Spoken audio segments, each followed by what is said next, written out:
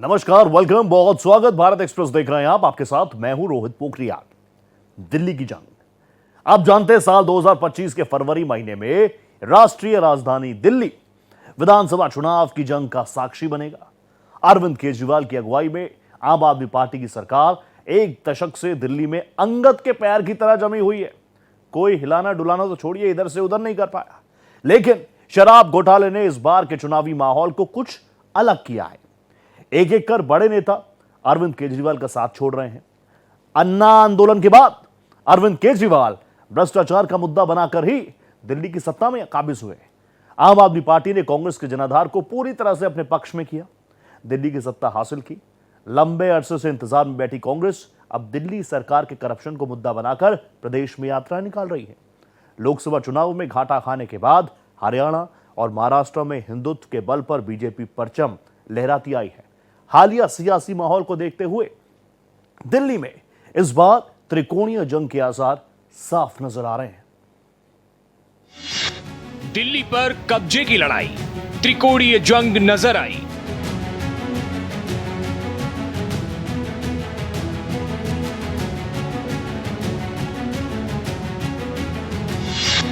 दो बार लगातार आप सरकार, सिलसिला रहेगा बरकरार।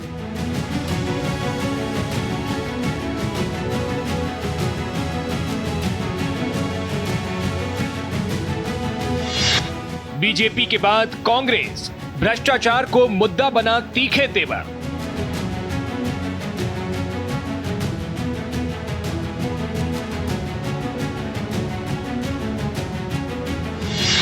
कांग्रेस नेताओं की यात्रा, करप्शन पर दिल्ली सरकार को घेरा।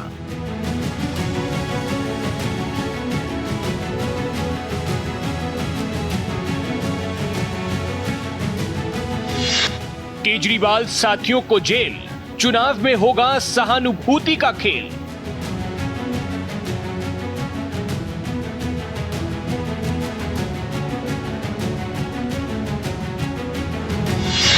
सत्ता विरोधी लहर को हवा, बीजेपी कांग्रेस में से किसको फायदा? बीजेपी के साथ कांग्रेस भी 10 सालों की सत्ता विरोधी लहर को हवा देकर दिल्ली में अपना शासन कायम करने की पुरजोर तैयारी में जुटी है।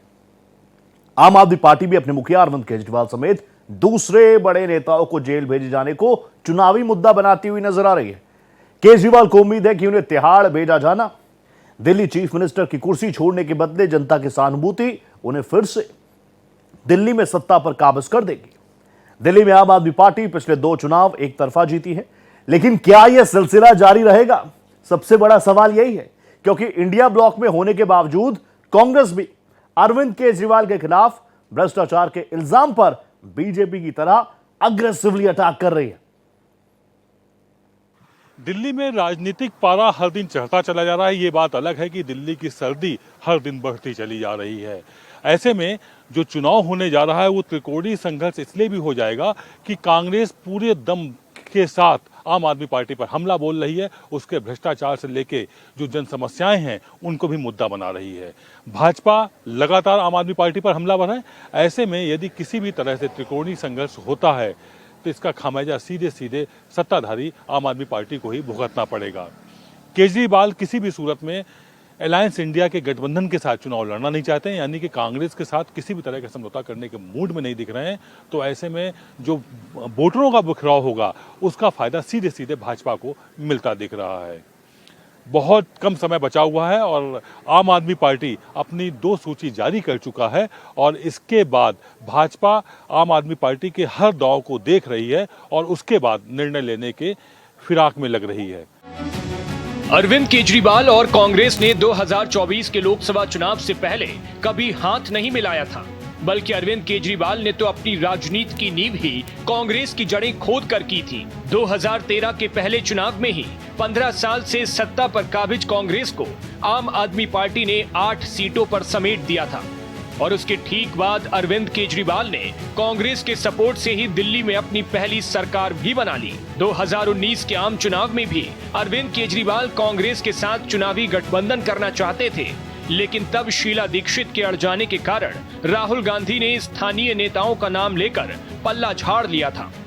अरविंद केजरीवाल ने पहले चुनाव में ही दिल्ली की तत्कालीन मुख्यमंत्री शीला दीक्षित को हरा दिया था।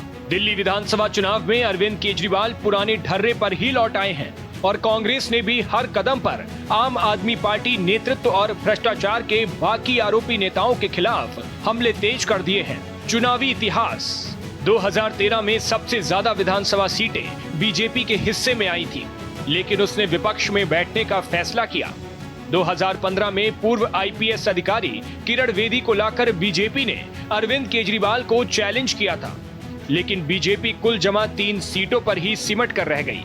2020 के चुनाव में बीजेपी ने ज्यादा जोर लगाया, लेकिन विधायकों का नंबर दहाई का आंकड़ा नहीं पार कर सका, 8 सीटें ही आई। कांग्रेस तो 2015 से ही जीरो बैलेंस खाता ढो रही है, लेकिन कांग्रेस इस बार पहले के मुकाबले ज्यादा गंभीर नजर आ रही है। स्थानीय कांग्रेस के नेता तो दिल्ली यात्रा कर रहे हैं, लेकिन अभी तक राहुल गांधी और प्रियंका गांधी वाड्रा के उसमें शामिल होने की औपचारिक जानकारी सामने नहीं आई है। संभावनाएं तो वैसे भी जता दी जाती हैं। दिल्ली शराब नीति केस में अरविंद केजरीवाल और उनके साथियों पर भ्रष्टाचार के गंभीर आरोप लगने और जेल जाने के बावजूद अब तक तो आम आदमी पार्टी का पलड़ा ही भारी माना जा रहा है। लेकिन ये सवाल तो है ही कि कांग्रेस खेल बिगाड़ने पर उतर आए और जगह जगह मुकाबला त्रिकोणीय हो जाए तो अरविंद केजरीवाल को फायदा होगा या फिर नुकसान। आम आदमी पार्टी के नेता अरविंद केजरीवाल बीजेपी और कांग्रेस दोनों के निशाने पर हैं। दोनों ही राजनीतिक पार्टियां अरविंद केजरीवाल के कार्यकाल के शासन को मुद्दा बनाने की कोशिश कर रही हैं। तमाम इल्जामात में एक ये भी है कि अरविंद केजरीवाल ने दिल्ली को पेरिस और लंदन जैसा बनाने का वादा किया था, लेकिन उसी दिल्ली को बर्बाद कर दिया। ऐसा करने का एक मकसद सत्ता विरोधी लहर को हवा देना भी है। अरविंद केजरीवाल के खिलाफ सत्ता विरोधी लहर का फायदा बीजेपी और कांग्रेस दोनों को ही मिल सकता है। अब पार्टी विशेष की क्षमता, रणनीति और तैयारियों पर है कि वो इस चीज का कितना फायदा उठा पाती है। ऐसे में एक अहम सवाल ये भी है कि अगर अरविंद केजरीवाल के खिलाफ कांग्रेस और बीजेपी बराबर जोर लगाते हैं तो फायदे में कौन रहेगा, बीजेपी या कांग्रेस, या फिर दोनों के झगड़े में आम आदमी पार्टी बाजी मार लेगी। लेकिन आम आदमी पार्टी को फायदा मिले ये भी तो जरूरी नहीं है। आम आदमी पार्टी कांग्रेस का वोट बैंक लेकर खड़ी हुई है और कांग्रेस फिर से अपने पुराने जनाधार तक पहुंचने की कोशिश कर रही है। कि अगले साल दिल्ली विधानसभा में लगता है कि भारतीय जनता पार्टी, आप और कांग्रेस तीनों की तैयारी मजबूती से चल रही है और उम्मीद है कि इस बार ट्रायंगुलर फाइट होगा दिल्ली में। बीजेपी भी अपने कद्दावर और मजबूत नेताओं पर दांव लगाने जा रही है। वहीं आप पार्टी भी इस बात को समझ रही है कि अगर इस बार हम किसी भी कारण से दिल्ली का परिणाम अपने हिस्से में न ले आ पाए तो इस वजह से हो सकता है कि हमारे कार्यकर्ता, हमारा संगठन और हमारी पार्टी पर इसका असर पड़े। इसलिए आप पार्टी भी पूरी ऊर्जा लगाएगी कि दिल्ली का रण हम इस बार जीत जाएं।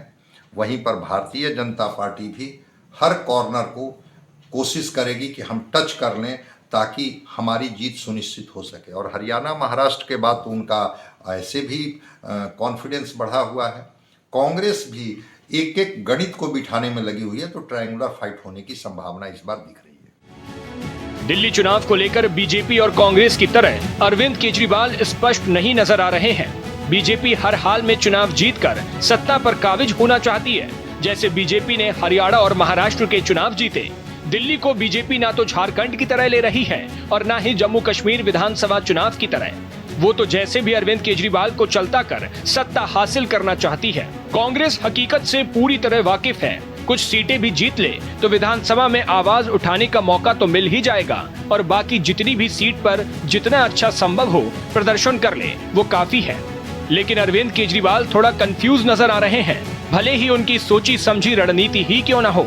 दिल्ली में आम आदमी पार्टी ने लोकसभा की तरह विधानसभा चुनाव में कांग्रेस के साथ गठबंधन नहीं किया है, लेकिन अरविंद केजरीवाल वहां तक राहुल गांधी के साथ नजर आते हैं जहां तक फायदा कॉमन लगता है। दिल्ली कांग्रेस के प्रदेश अध्यक्ष देवेंद्र यादव कहते हैं, सत्ता में आने पर कांग्रेस दिल्ली वासियों को 400 यूनिट मुफ्त बिजली देगी। कांग्रेस यूनिट दर तय करके जनता के लिए ये करके दिखाएगी। केजरीवाल के झूठे मुफ्त बिजली और पानी के वादे के विपरीत कांग्रेस अपने वादे को निभाएगी। कांग्रेस डिस्कॉम पर भी लगाम कसेगी। अगर दिल्ली में लोकसभा और विधानसभा चुनावों का पैटर्न अलहदा न होता तो तस्वीर काफी हद तक साफ नजर आती। पिछले 3 बार से होता ये आ रहा है कि दिल्ली के लोग लोकसभा की सभी 7 सीटें बीजेपी की झोली में डाल देते हैं और विधानसभा चुनाव में दिल्ली के वही लोग पूरा प्यार अरविंद केजरीवाल पर उड़ेल देते हैं। बीजेपी को तो कुछ बख्श भी देते हैं, कांग्रेस का तो खाता भी नहीं खुलने देते। तभी तो तीनों राजनीतिक दल आने वाले चुनाव में मतदाता का मन मोह लेने के भरपूर प्रयास कर रहे हैं। भले ही प्रधानमंत्री नरेंद्र मोदी दिल्ली में अरविंद केजरीवाल की तरफ से दी जाने वाली मुफ्त की सुविधाओं को रेवड़ी करार देते रहे हों, लेकिन इस बार होड़ में बीजेपी भी शामिल हो चुकी है। अभी तो बीजेपी संकल्प पत्र के लिए फीडबैक इकट्ठा कर रही है, लेकिन कांग्रेस ने तो मुफ्त बिजली की अपनी स्कीम का ऐलान भी कर दिया है। दिल्ली में महिलाओं के खातों में हर महीने 1000 रुपए डालने के आम आदमी पार्टी की सरकार के वादे की लाइन पर बीजेपी में भी गंभीरता से विचार हो रहा है। मध्य प्रदेश के बाद महाराष्ट्र में लाड़की बहन योजना की कामयाबी ने बीजेपी को भी दिल्ली में आम आदमी पार्टी के रास्ते पर चलने के लिए मजबूर कर दिया है। कांग्रेस ने तो दिल्ली में आम आदमी पार्टी की 200 यूनिट फ्री बिजली देने की स्कीम के मुकाबले 400 यूनिट मुफ्त बिजली देने की घोषणा भी कर दी है। आम आदमी पार्टी तो मुफ्त की बिजली, पानी, मोहल्ला क्लिनिक के अलावा बुजुर्गों को दिल्ली में मुफ्त तीर्थ यात्रा भी करा रही है और अब तो लगता है बीजेपी और कांग्रेस में भी इसी लाइन पर होड़ लगने वाली है। जिस तरह से शराब घोटाले की बात आई, ईडी और सीबीआई के छापे पड़े, केजरीवाल जो कहे जाते थे कि हम कट्टर ईमानदार हैं और जो केजरीवाल उपज ही इसी के थे, भ्रष्टाचार के खिलाफ ही अन्ना हजारे के आंदोलन की ये उपज थे और वही अरविंद केजरीवाल या इनके पार्टी के और लोग जेल के पीछे चले जाते हैं उसी भ्रष्टाचार के खिलाफ। तो जनता तो इस बात को समझ रही है, लेकिन अब अरविंद केजरीवाल अगर विक्टिम कार्ड खेलते हैं, चूँकि इस देश में राजनीतिक पार्टियां खूब विक्टिम कार्ड खेलती है, तो अगर विक्टिम कार्ड के शिकार हो जाते हैं कि जनता हो जाती है कि नहीं इनको तो फंसाया गया, इनको तो गलत तरीके से जेल भेजा गया, तो अब जनता कैसे कनेक्ट होती है? अरविंद केजरीवाल का विक्टिम कार्ड चलता है या भारतीय जनता पार्टी कहती है कि देखिए ये ईमानदारी के बड़े प्रवर्तक माने जाते हैं, ईमानदारी के बहुत बड़े लंबरदार थे और किस तरह से इन्होंने शराब घोटाले की और ईडी और सीबीआई जैसी एजेंसियां ने इन पर कानूनी कार्रवाई करके जेल भेजी और अभी भी ऐसा नहीं है कि ये मुक्त हो गए हैं। तो देखते हैं जनता आरोपों और जो इन पर जो चार्जेज हैं उसके आधार पर चीज़ों को तय करती है या अरविंद केजरीवाल का विक्टिम कार्ड चलता है कि नहीं मुझे तो फंसाया गया, मुझे जानबूझ करके प्रताड़ित किया गया, मैं तो आपका सेवक हूँ। वैसे तो बहुत सामान्य बात है कि चुनावों में सभी दलों में असंतुष्ट नेता पार्टी छोड़ते हैं, दल बदल करते हैं। जब कोई बड़ा कद्दावर लीडर बड़ी मात्रा में असंतुष्ट होने लगे तो गंभीर सवाल तभी उठते हैं। जिस तरह आम आदमी पार्टी के बड़े नेता खुद को चुनाव से दूर कर रहे हैं, उससे जनता के बीच भी एक नेगेटिव संदेश जा रहा है। हो सकता है आम आदमी पार्टी खुद नेताओं से छुटकारा पाना चाहती हो, पर जमीन पर जनता के बीच आम आदमी पार्टी के शीर्ष नेतृत्व पर उंगली तो उठ ही रही है कि आखिर क्या कारण है एक के बाद एक तमाम कद्दावर चेहरे पार्टी से दूर हो रहे हैं। दिल्ली में होने वाला विधानसभा चुनाव आम आदमी पार्टी और कांग्रेस के लिए बहुत अहम है। इन चुनावों में जीत हासिल करना आम आदमी पार्टी के लिए जीवन मरण का प्रश्न है, क्योंकि पार्टी के तमाम नेता भ्रष्टाचार और अन्य आपराधिक मामलों में फंसे हुए हैं। विधानसभा चुनावों में जीत से पार्टी को जनता की अदालत में पाक साफ बरी होने का प्रमाण मिल जाएगा। कांग्रेस अगर आम आदमी पार्टी के साथ गठबंधन में चुनाव नहीं लड़ती है तो उसके लिए ये चुनाव खुद को साबित करने का जरिया बनने वाला है। पर इस बीच जिस तरह आम आदमी पार्टी के बड़े नेता खुद को चुनाव से दूर कर रहे हैं, उससे जनता के बीच गलत संदेश जा रहा है। हो सकता है कि आम आदमी पार्टी खुद इन नेताओं से छुटकारा पाना चाहती हो, पर दोनों ही परिस्थितियों में जनता के बीच आम आदमी पार्टी के शीर्ष नेतृत्व पर उंगली तो उठ ही रही है कि आखिर क्या कारण है कि एक के बाद एक नेता पार्टी से दूर हो रहे हैं। रामनिवास गोयल का अलविदा। दिल्ली विधानसभा अध्यक्ष रामनिवास गोयल ने दिल्ली चुनाव न लड़ने का ऐलान करते हुए चुनावी राजनीति से संन्यास लेने की बात कही है। रामनिवास गोयल दिल्ली के वरिष्ठ नेता हैं और पिछले 10 साल से अरविंद केजरीवाल के साथ कंधे से कंधा मिलाकर चल रहे थे। जब अरविंद केजरीवाल जेल गए थे उस समय मनीष सिसोदिया, संजय सिंह की गैर मौजूदगी में रामनिवास गोयल जनता के बीच जाकर पार्टी के लिए कड़ी मेहनत कर रहे थे। इसी तरह विधानसभा में भी पार्टी के लिए रीढ़ बनकर हमेशा खड़े रहे। रामनिवास गोयल का टिकट कटना कई सवाल खड़े करता है। इसी तरह दिलीप पांडे भी अरविंद केजरीवाल के बहुत खास लोगों में शामिल थे। अन्ना आंदोलन के समय से अरविंद केजरीवाल का साथ निभाने वाले पांडे आम आदमी पार्टी के प्रवक्ता और स्क्रीनिंग कमेटी के सदस्य हैं। 2020 के दिल्ली विधानसभा चुनाव में बीजेपी के सुरेंद्र पाल सिंह को हराकर तिमारपुर से उन्होंने जीत हासिल की थी। यही नहीं, दिलीप पांडे को मार्च 2020 में दिल्ली विधानसभा में आम आदमी पार्टी का मुख्य सचेतक नियुक्त किया गया। गोयल और पांडे जैसे लोगों को टिकट न देने का मतलब है कि पार्टी में अरविंद केजरीवाल के भरोसेमंद लोगों की कमी हो चुकी है। गोयल ने तो राजनीति से ही संन्यास लेने की बात कह दी है। मतलब साफ है कि बाहर कहीं जगह तलाश सकते हैं। पांडे ने अभी ऐसी कोई बात नहीं की है, पर जाहिर है आगे अपना भविष्य भी देखेंगे ही। दिल्ली बीजेपी के मीडिया प्रभारी प्रवीण शंकर कपूर ने आप विधायक रामनिवास गोयल के चुनाव न लड़ने वाले पत्र पर तंज कसते हुए कहा कि आप तो ऐसे न थे। प्रवीण शंकर कपूर ने कहा कि हर राजनीतिक दल को अपना प्रत्याशी चुनने का अधिकार है, लेकिन जिस तरीके से आम आदमी पार्टी के राष्ट्रीय संयोजक अरविंद केजरीवाल विधायकों को बदल रहे हैं और उनके साथ दुर्व्यवहार कर रहे हैं, वह चौंकाने वाला है। हो सकता है कि इन नेताओं को अपने टिकट कटने का एहसास होने के चलते निराशा में ये पार्टी से दूरी बना रहे हों, पर क्या यह कारण भी अरविंद केजरीवाल के लिए चिंता का विषय नहीं है? अगर अरविंद केजरीवाल अपनी पार्टी के कद्दावर लोगों का टिकट काट रहे हैं, तो इसका सीधा मतलब क्या है? क्या इसका मतलब ये नहीं लगाया जाएगा कि पार्टी की लोकप्रियता इतनी घट गई है कि पार्टी के बड़े नेता भी अपनी सीट बचाने के काबिल नहीं हैं? अभी पिछले दिनों जिस तरह आम आदमी पार्टी ने विधानसभा चुनावों के लिए कैंडिडेट की पहली लिस्ट जारी की है, उसे देखते हुए साफ लग रहा था कि पार्टी को बाहरी पार्टी से आए नेताओं पर ज्यादा भरोसा है। पर यह क्रम लगातार बढ़ता ही जा रहा है। तो क्या आम आदमी पार्टी के नेता दिल्ली की जनता से दूर हो गए हैं? विपक्ष के दावों के मुताबिक अरविंद केजरीवाल के सबसे खास लोगों में, जिनमें मनीष सिसोदिया तक शामिल हैं, अपने लिए सुरक्षित सीट ढूंढ रहे हैं। रामनिवास गोयल चाहे जिस कारण से राजनीति से संन्यास ले रहे हों, पर अरविंद केजरीवाल को उनकी जगह प्रत्याशी बनाने के लिए एक बीजेपी नेता को तोड़कर लाना पड़ा है। आम आदमी पार्टी ने एम्बुलेंस मैन पद्मश्री जितेंद्र सिंह शंटी को आप में शामिल कराया है। कहा जा रहा है कि पार्टी शंटी को रामनिवास गोयल की जगह पर शादरा से उम्मीदवार बना सकती है। दिलीप पांडे ने तिमारपुर से चुनाव नहीं लड़ने का ऐलान किया है। आम आदमी पार्टी जिस तरह अपने पुराने साथियों को बाहर का रास्ता दिखा रही है और बाहर से आए लोगों को गले लगा रही है, ये इस बात का संकेत है कि पार्टी नेता जनता की अदालत में खरे नहीं उतरे हैं। इस तरह के फैसले पार्टी तभी लेती है जब किसी आंतरिक सर्वे में विधायकों से नाराजगी की खबरें होती हैं। ये भी हो सकता है कि सर्वे में विधायकों की नाराजगी के साथ सरकार के प्रति भी नाराजगी हो। किराड़ी में 2 बार के विधायक ऋतुराज की जगह बीजेपी से आए अनिल झा को टिकट दिया जाना भी यही कहता है कि दूसरे दल वालों पर पार्टी कुछ ज्यादा ही भरोसा करने लगी है। सीलमपुर में भी एक महत्वपूर्ण बदलाव देखने को मिला है। यहाँ विधायक अब्दुल रहमान की जगह कांग्रेस के पूर्व विधायक मतीन अहमद के बेटे जुबैर अहमद को टिकट दिया गया है। ये स्पष्ट है कि केजरीवाल और उनकी पार्टी आने वाले चुनावों में दूसरी पार्टी से लाए गए नेताओं पर अपना ध्यान केंद्रित कर रहे हैं। स्वाभाविक है कि कांग्रेस राष्ट्रीय पार्टी है, दिल्ली में उसकी सरकार रही है और 8 के बाद शायद उसकी सत्ता में भागीदारी नहीं हो पाई है, तो कांग्रेस पूरी ऊर्जा लगाएगी कि जो उसके वोटों का गणित है, जो समीकरण है, चूँकि दिल्ली कॉस्मोपॉलिटन सिटी है और उस कॉस्मोपॉलिटन सिटी में कांग्रेस चाहेगी कि हम हमारे जो वोट बैंक हैं उस गणित को हम बिठाएं।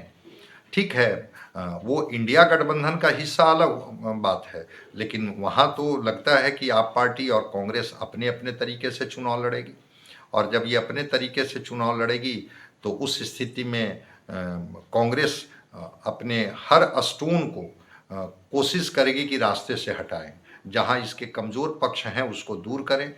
तो कांग्रेस अपनी ज़मीन को, जो उनके वोटर हैं, उसको मजबूत करने के लिए भरपूर प्रयास करेगी, संगठनात्मक धार से लेकर के और बूथ वाइज जो ऑर्गेनाइजेशनल इनका जो ताकत है उसको मजबूती देने का काम करेगी, ताकि कांग्रेस फिर एक बार उभर करके दिल्ली में आ सके। 2014 में लहर का जिक्र किया गया, दिल्ली में कुछ नहीं हुआ। 2019 में ज़बरदस्त परफॉर्म किया गया, दिल्ली चुनावों ने वापस भारतीय जनता पार्टी को बड़ी गोली दे दी। और अभी भी लोकसभा चुनाव में सरकार बनाने के बाद भारतीय जनता पार्टी एक्साइटेड तो है ही, साथ ही महाराष्ट्र में जो बम्पर मैंडेट मिला उससे भी एक्साइटेड है। लेकिन बावजूद इसके सच्चाई ये है कि दिल्ली में आम आदमी पार्टी के समक्ष खड़े हो पाना भारतीय जनता पार्टी के लिए बड़ा चैलेंज हमेशा से रहा है। ऐसा लगा कि लोकसभा चुनावों में बीजेपी का हिंदुत्व एजेंडा फेल हो गया। सबसे बड़ा झटका बीजेपी को फैजाबाद लोकसभा सीट पर लगा, जिसे विपक्ष अयोध्या की हार के तौर पर प्रचारित करने लगा था। लोकसभा में नेता प्रतिपक्ष राहुल गांधी और यूपी के पूर्व मुख्यमंत्री अखिलेश यादव हाथ में संविधान और साथ में अवधेश प्रसाद को लेकर संसद में दहाड़ने लगे थे। राहुल गांधी तो यहाँ तक दावा कर बैठे थे कि बीजेपी को गुजरात पहुंचकर भी हराएंगे। कई बार तो ऐसा भी लगा कि बीच में ही बीजेपी की अगुवाई वाली एनडीए सरकार गिर जाएगी और इंडिया ब्लॉक केंद्र की सत्ता पर काबिज हो जाएगा।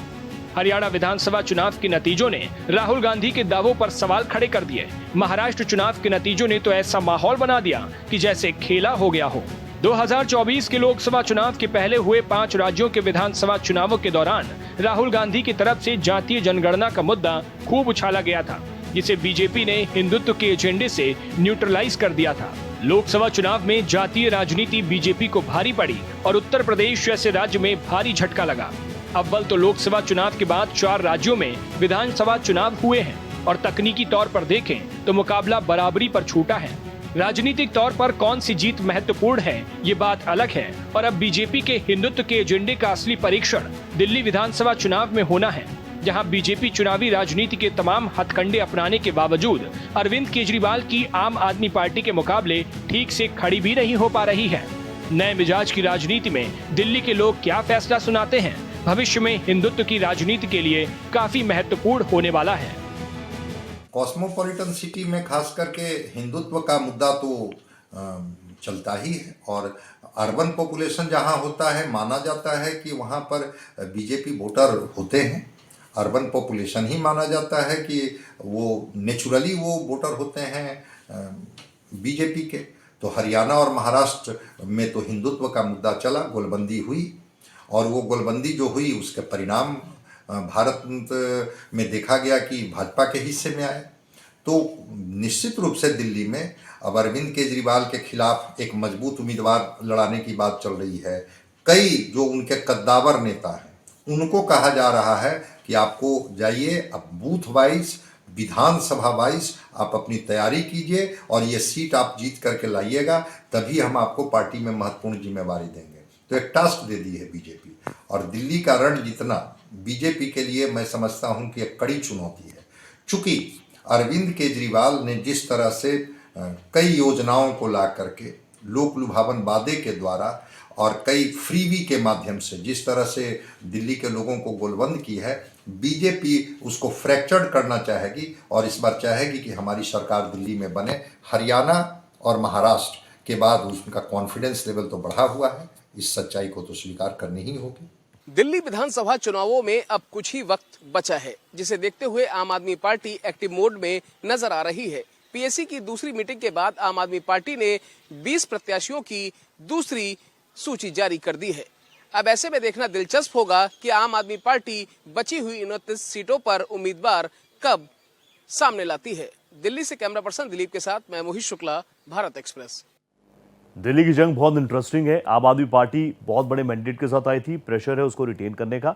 बीजेपी और कांग्रेस अपनी अपनी रणनीतियों के साथ ग्राउंड पर उतर रही है, लेकिन देखना होगा वोटर्स को किन नीतियों के तहत लुभाने का प्रयास हर एक दल करेगा। नजर बनी रहेगी। इसी के साथ दिल्ली की जंग में इस खास पेशकश में आज मेरे साथ इतना ही। दीजिए इजाजत, नमस्कार।